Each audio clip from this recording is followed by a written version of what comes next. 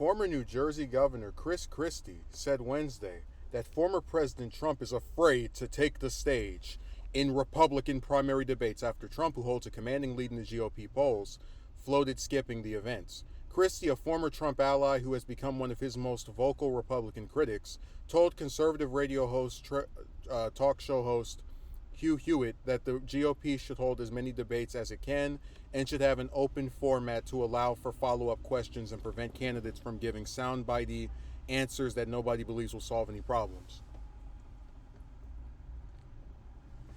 He said Trump should participate in the primary debates because they are about helping the American people decide who is best prepared to become president. The New York Times reported Tuesday that Trump is not likely to attend the first two GOP primary debates. The former president said last week that he did not feel the need to participate, pointing to his polling advantage and what he saw as potential bias against him from those involved. I'm sorry to see that Donald Trump feels like if he gets on the stage, he's at risk of losing his lead. If in fact his ideas are so great, if his leadership is so outstanding, then his lead will only increase if he gets on the stage, not decrease. But obviously he's afraid, Christie said. He's afraid to get on the stage against people who are serious, and I'm sorry to see that he's that afraid of it. And then down here they have a part about Christie considering entering the race but not having made any final decisions on it. So you would think, because like I try to look at this stuff from the perspective of the front runner who is floating the idea of just not going to the debates. You would think if someone is the leader in terms of, again, front runner status, they're winning in all the polls, you would think that person would say, oh, you want me to debate these guys who have no shot of ever touching anywhere near the amount of votes I can get? That no problem, let's do it. That's why, like, when Christie says Trump is scared,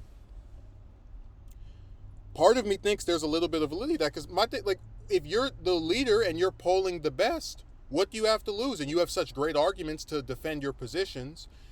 I think what would likely happen is it could be either, maybe it'll be Christie, maybe it'll be Haley, maybe it'll be DeSantis, but one of them, when they're trying to make the case for why they should be picked over Trump for the nomination 2024, they should look at Trump and say, you're the only person on this stage of anyone here that lost to the incumbent president that we all think is so weak that we have a chance of beating him.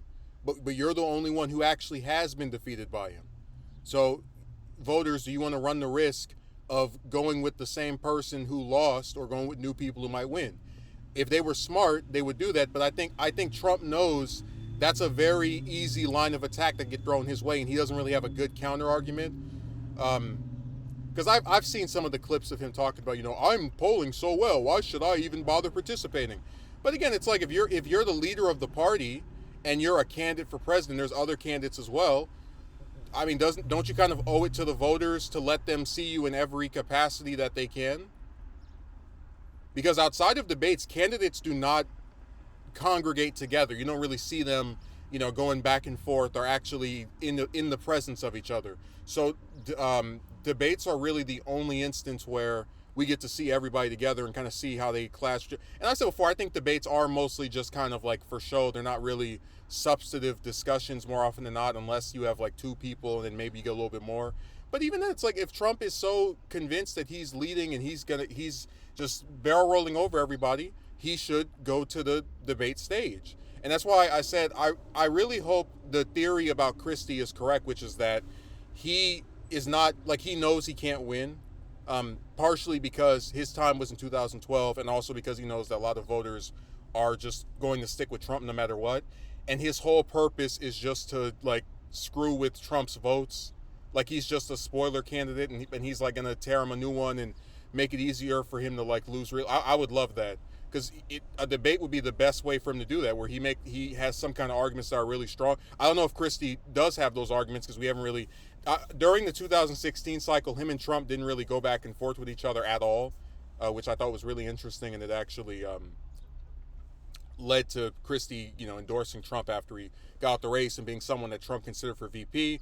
But because he went after Trump's son-in-law's dad back in New Jersey, that got curtailed along with any other chance of Christie getting a cabinet position.